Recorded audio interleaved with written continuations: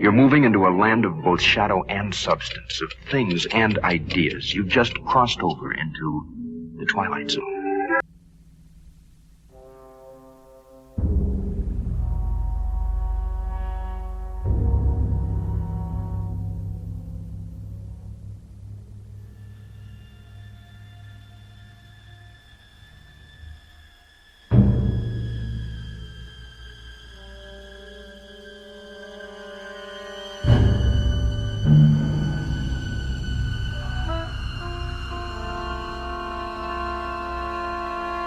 Mr. Max Phillips, Homo sapiens, who is soon to discover that man is not as wise as he thinks. Said lesson to be learned in the Twilight Zone.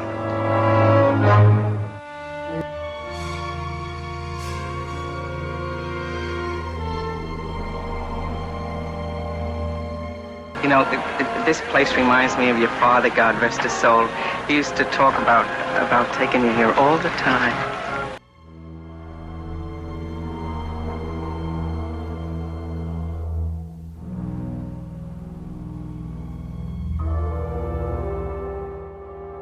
We sure had some good times. Oh, we had some wonderful times.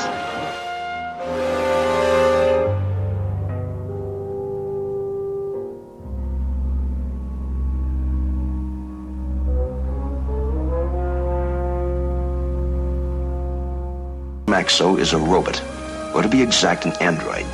Definition, an automaton resembling a human being.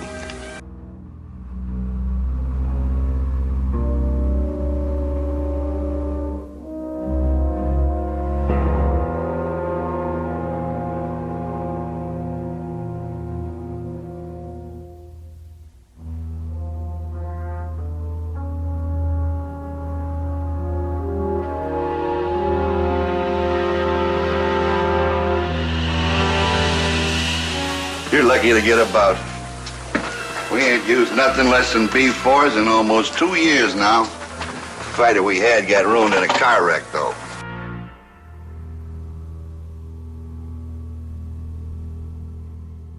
On that evening, half a year ago, Mr. Wilson's flight was terminated by the onslaught of his mental breakdown. Tonight, he's traveling all the way to his appointed destination in the darkest corner of the Twilight Zone.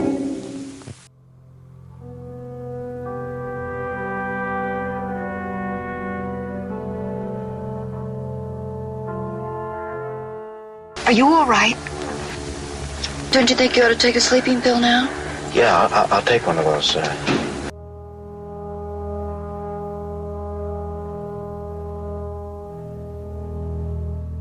Wilson, please. All right, you saw him. But there are other people aboard. We mustn't alarm them. You mean you've seen him too? Of course we have. We don't want to frighten the passengers. You can understand that.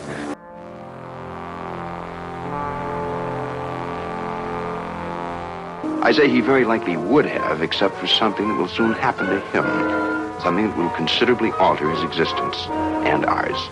Now you think about that now, because this is the Twilight Zone.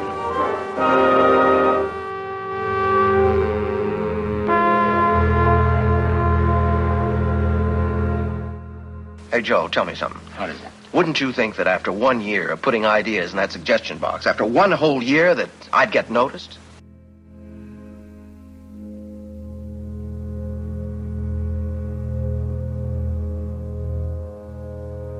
Let me ask you something, McNulty. How come you're in here so early tonight? You've been sitting there about 3.5 hours now.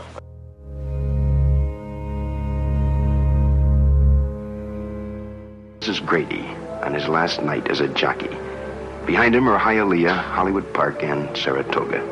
Rounding the far turn and coming up fast on the rail is the Twilight Zone.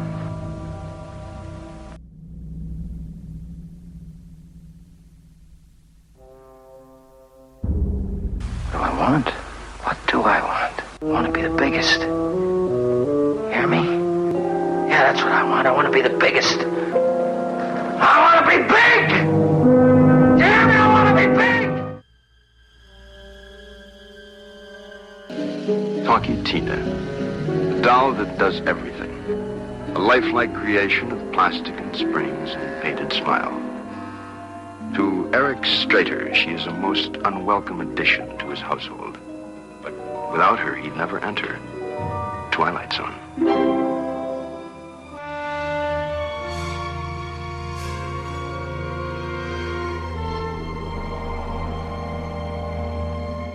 Her. But I don't love her. I'm only her stepfather, and I'm incapable of loving children. Because we can't have any of our own. Isn't that what you're saying, Annabelle?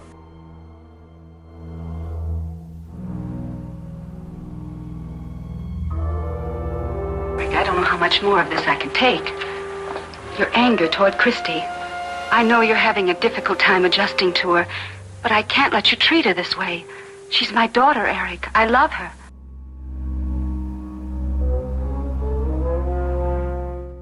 My name is Talkie Tina, and I love you very much. My name is Talkie Tina, and I'm beginning to hate you.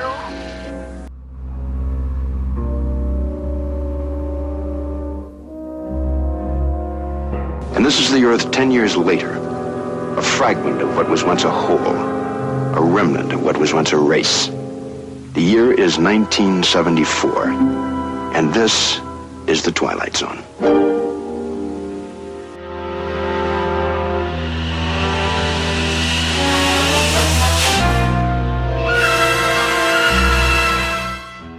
What do you want?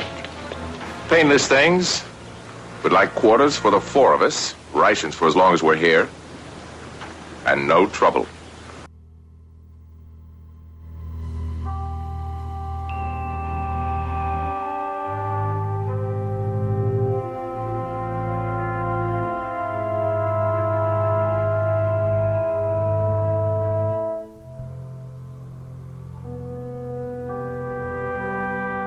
The young lady who's just beat the hasty retreat is Mr. Polk's niece, Barbara.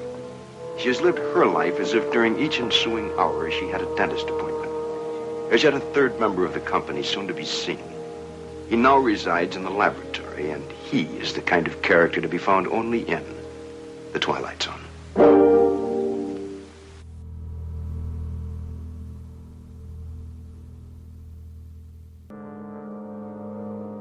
Well, now, Barbara, my love, I think I can narrow that down for you. If I'm not upstairs in my bedroom or in the study, then I'm downstairs in my laboratory. In any case, wherever I am, you can bring me the hot chocolate.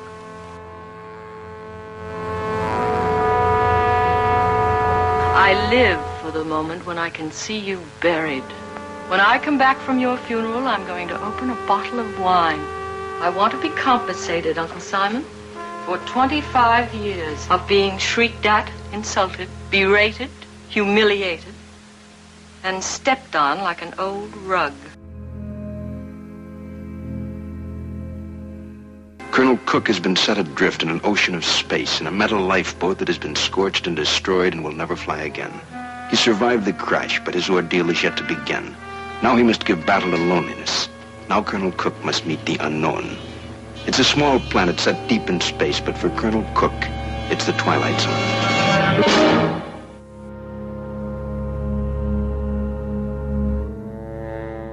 As of the moment, I don't know this planet's density or its atmospheric composition.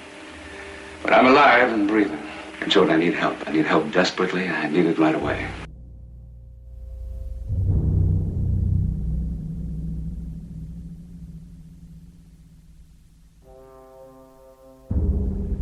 We tracked you on impulses to your approximate locations. We have nothing back here that can reach you. Nothing.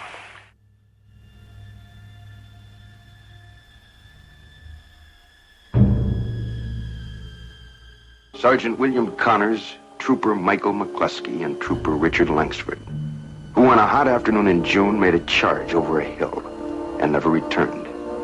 Look for this one under P for Phantom in a historical ledger located in a reading room known as the Twilight Zone.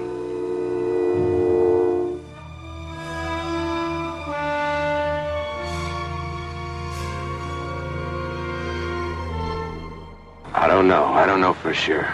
But I got an idea. Somehow, some way, we're following the same trail that Custer did.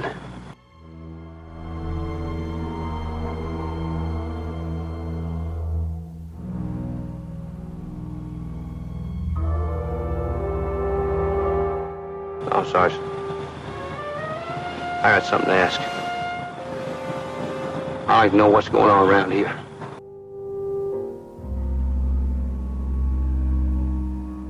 Because Harmon Gordon is enslaved by a love affair with a wife 40 years his junior.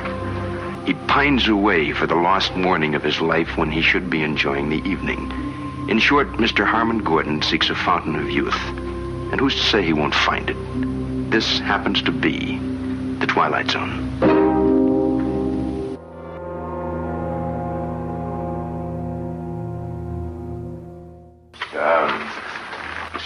Thing you've been working on, the cellular serum, you've been successful with it.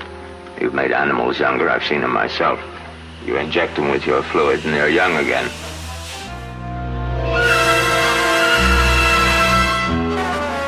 Each man measures his time. Some with hope, some with joy, some with fear. But Sam Forstman measures his allotted time by a grandfather's clock. A unique mechanism whose pendulum swings between life and death. A very special clock that keeps a special kind of time in the Twilight Zone.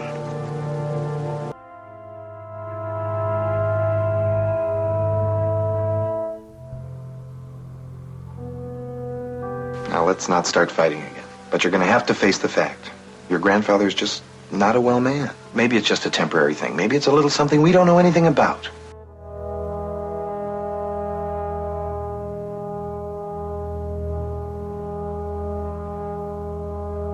Well, what do you think?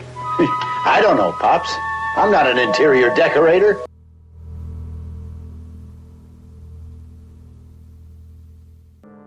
Bunny Blake is a public figure. What she wears, eats, thinks, says is news. But underneath the glamour, the makeup, the publicity, the build-up, the costuming, is a flesh and blood person, a beautiful girl about to take a long and bizarre journey into the Twilight Zone.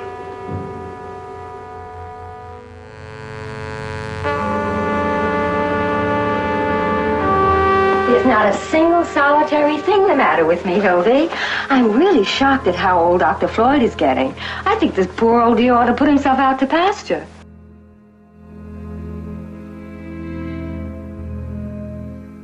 You've been sparkling a little too much lately.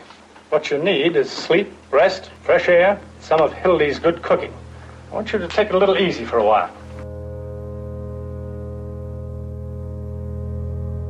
Oliver Pope, hit-and-run driver, just arrived at a crossroad in his life, and he's chosen the wrong turn. The hit occurred in the world he knows, but the run will lead him straight into the Twilight Zone.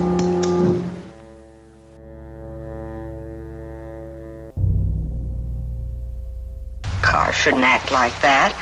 Just paid the repair shop $35 to have it put into shape. You didn't see the paper while you were out there, did you? This is the beginning. The first step toward man's longest leap into the unknown. Science has solved the mechanical details, and now it's up to one human being to breathe life into blueprints and computers. To prove once and for all that man can live half a lifetime in the total void of outer space. This is Earth. Ahead lies a planetary system. The vast region in between is the Twilight Zone.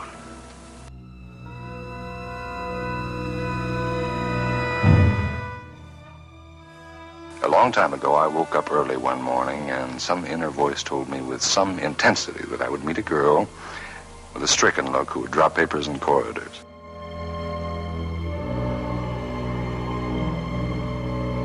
This agency put me on my project.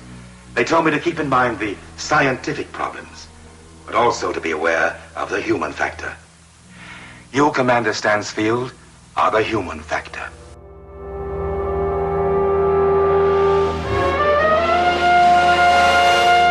Ambition shows great determination toward self-improvement. Estimate of potential success, a sure bet for a listing in Who's Who in the Twilight Zone.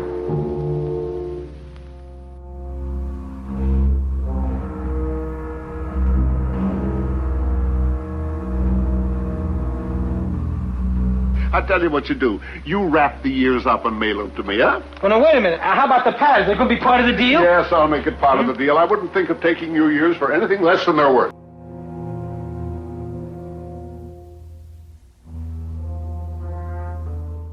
I enjoy my life, Mr. Ross. The days may be dull, but I wouldn't swap some of my nights for all the crown jewels and a golden bucket.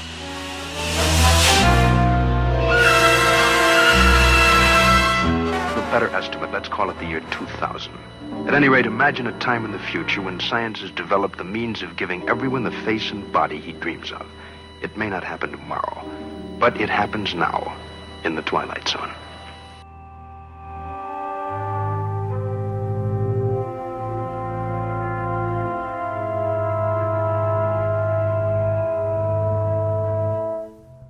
A couple of instant smile. I don't feel like smiling all the time. Sometimes I want to cry or frown. Don't you understand?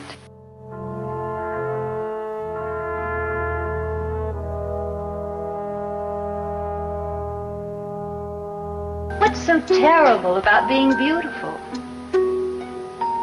After all, isn't everybody?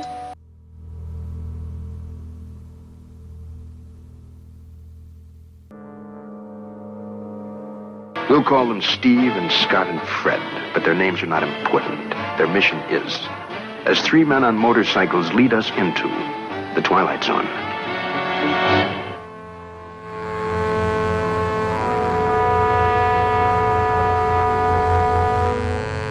Who they are? Strange type for this neighborhood. And you stay away from them, young lady.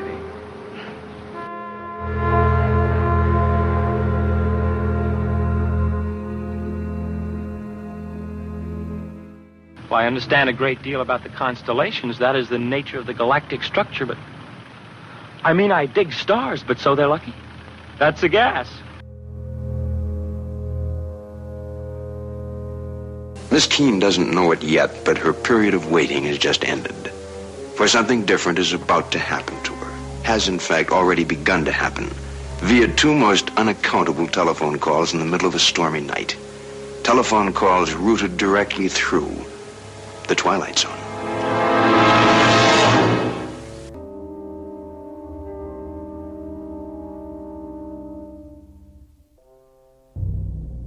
Don't let those phone calls upset you, Miss Keene.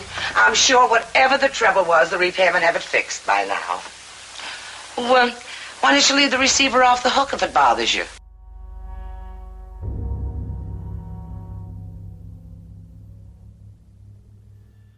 Well, I'll tell you, Miss Keene, that storm last night just about ruined our service. We've been flooded with complaints about fallen wires and bad connections.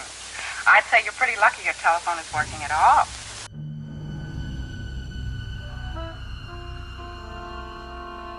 Machines are made by men for man's benefit and progress. But when man ceases to control the products of his ingenuity and imagination, he not only risks losing the benefit, but he takes a long and unpredictable step into the Twilight Zone.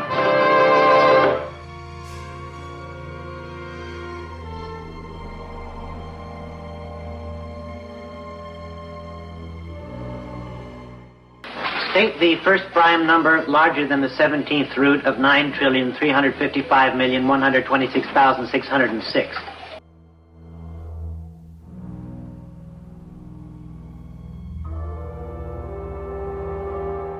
All this time it's Super Data and we've never met.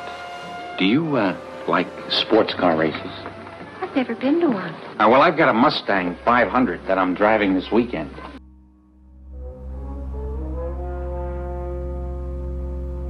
Has no idea whatever as to the motive for this pursuit. Worse, not the vaguest notion regarding the identity of her pursuer. Soon enough, she will be given the solution to this twofold mystery. An answer from the Twilight Zone.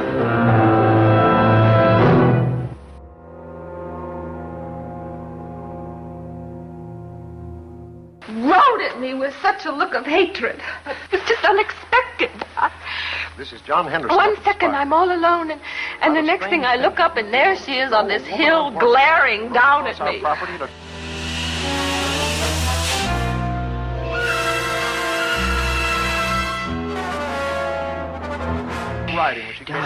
Darling, you don't have to tell us about it anymore. Try to forget it.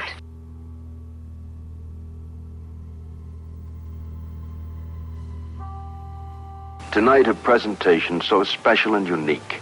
that for the first time in the 5 years we've been presenting The Twilight Zone, we're offering a film shot in France by others.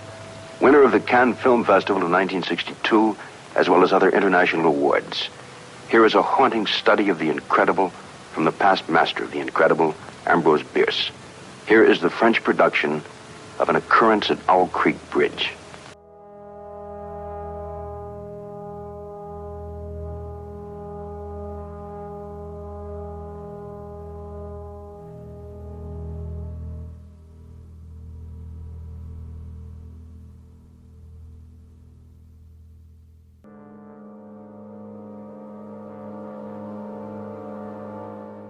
She is Pamela Morris, renowned movie star, whose name is a household word and whose face is known to millions.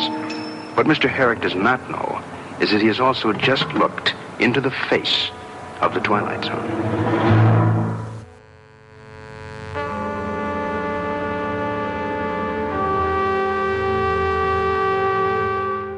Can you imagine what it was like to see her always so fresh and beautiful, while my mirrored image grew seared and yellowed with age?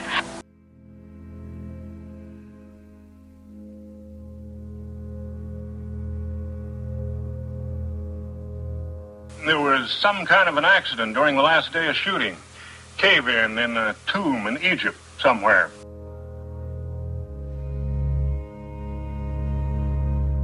Tonight, Mr. Britt is going to watch a really big shoe. Something special for the cabbie who's seen everything. Joe Britt doesn't know it, but his flag is down and his meter's running. And he's in high gear on his way to the Twilight Zone.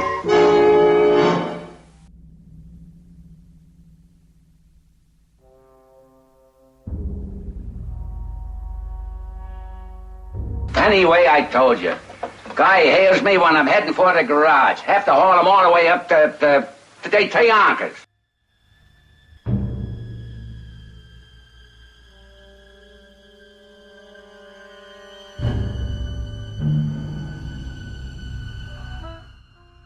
Fix your set okay, mister? You will recommend my service, won't you?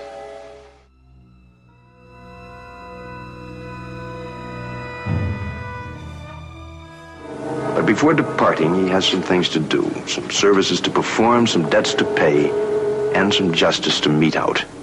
This is New Orleans Mardi Gras time. It is also the Twilight Zone.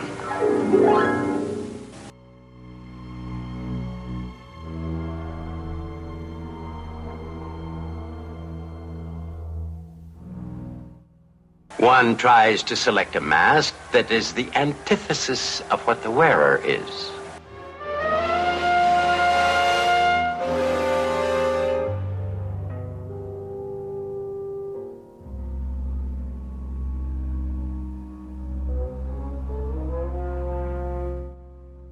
It's nice to see you again, Grandfather.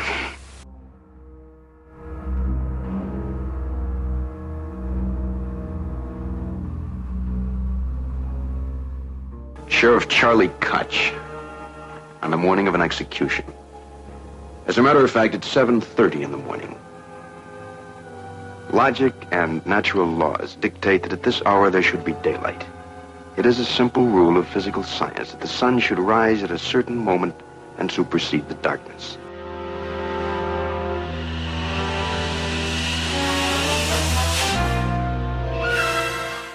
I hope the whole town doesn't turn out.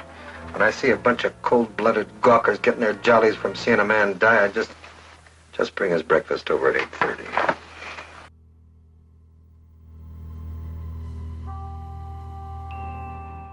Sheriff, it's 7:30 in the morning and it's pitch black outside. I've never seen it any blacker, but it's 7:30 in the morning.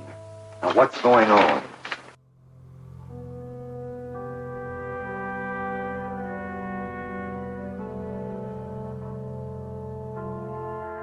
Soon, our would-be Admiral of the Fleet will embark on another voyage. This one is an uncharted and twisting stream that heads for a distant port called the Twilight Zone.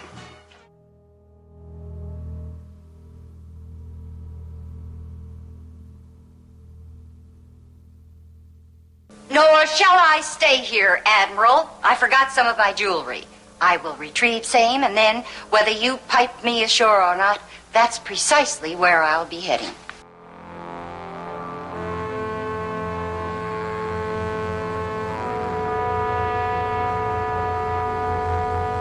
It's odd.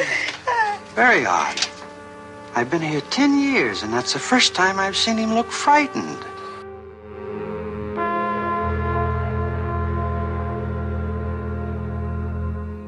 In this case, the other person is a dummy aptly named Caesar, a small splinter with large ideas, a wooden tyrant with a mind and a voice of his own, who is about to talk Jonathan West into the Twilight Zone.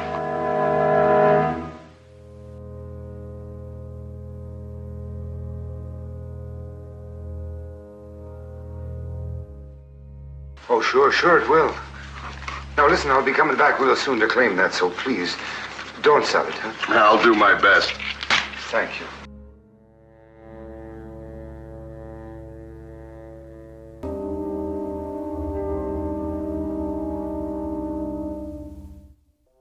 Susan, I'm warning you for the last time now. You stop playing with those poison darts.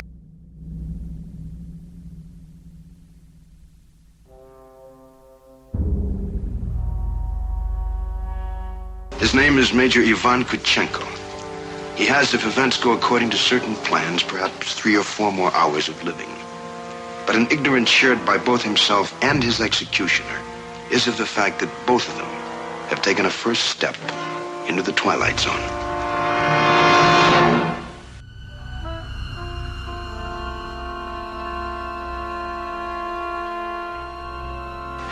Major, may I count on you to show good sense? For your own safety, remain in your room. You'll be seeing your friends before long. Goodbye.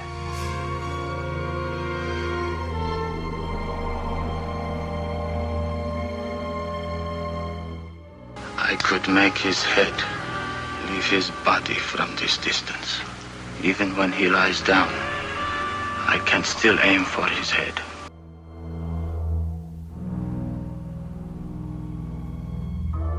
Most of us on waking in the morning know exactly where we are.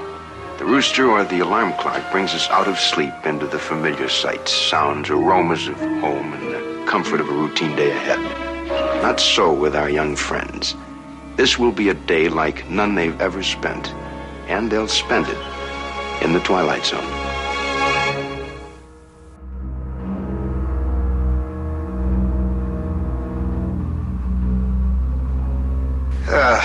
Look, it's no big deal. Somebody brought us here, put us to bed.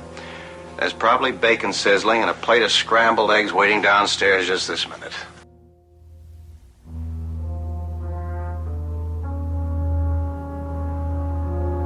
I want to go home.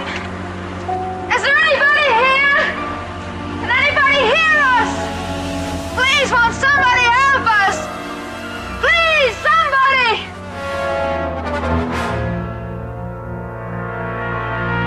It's 20-odd years since Pearl Harbor, but 2 ancient opponents are moving into position for a battle in an attic, crammed with skeletons, souvenirs, mementos, old uniforms, and rusted medals. Ghosts from the dim reaches of the past that will lead us into the Twilight Zone.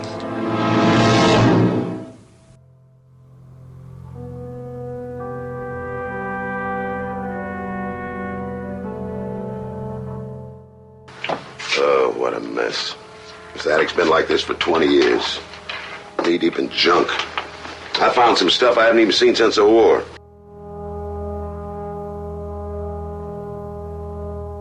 Mr. Garrity, if one can believe him, is a resurrector of the dead. Don't laugh this one off entirely, at least until you've seen a sample of Mr. Garrity's wares and an example of his services. And you and I have just entered a saloon where the bar whiskey is brewed, bottled, and delivered from the Twilight Zone.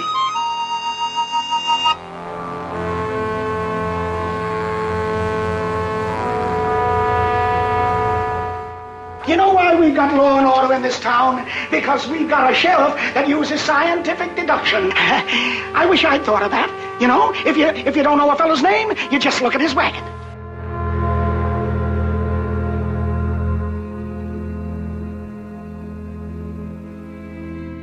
To take. Considerably more than you earned on the stage, dear boy. Considerably more. Played my part uncommonly well, though, didn't I?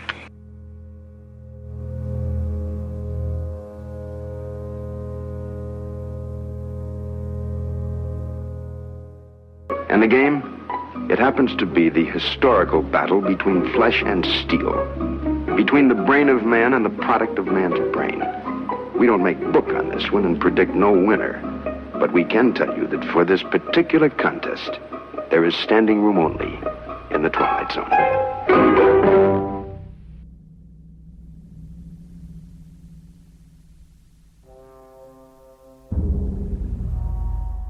And now to the stunning and exciting news which I believe you'll agree shows once again that at Whipple's, we only take forward steps.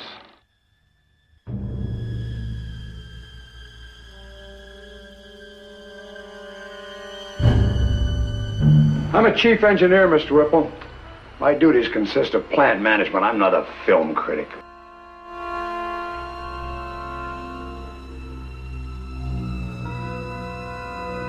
As far as his folk song is concerned, we can assure Mr. Burney he'll find everything he's looking for, although the lyrics may not be all to his liking. But that's sometimes the case when the words and music are recorded in the Twilight Zone.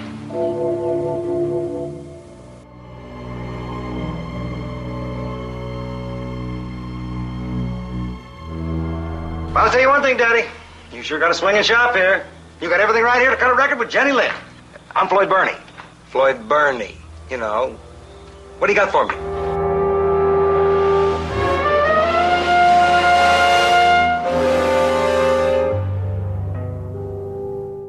No. Nobody comes here. I ain't got nothing they would want.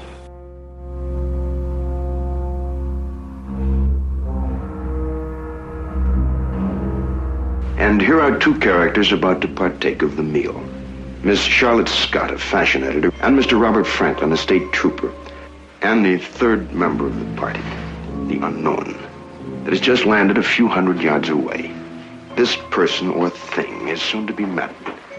This is a mountain cabin, but it is also a clearing in the shadows, known as the Twilight Zone.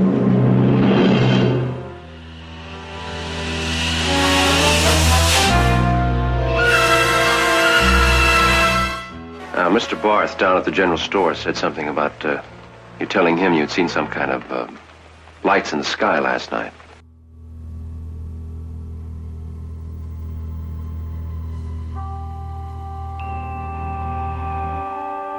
It's an unhappy pilgrimage that I'm forced to make every week. Unfortunately, no one will deliver my supplies, so I have to get them myself. Was there anything else, Trooper Franklin?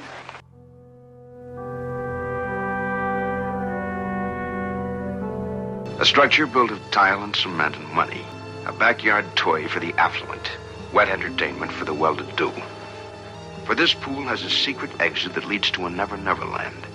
A place designed for junior citizens who need a long voyage away from reality. Into the bottomless regions of the Twilight Zone.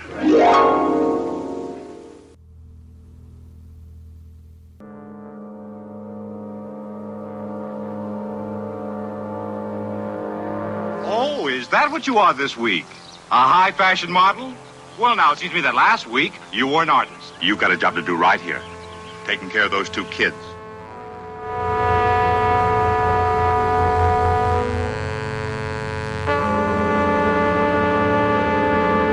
Children, your father and I are going to divorce. Now, if you don't know what that means, well, it means that he's going to live in one place and, well, I'm going to live in another.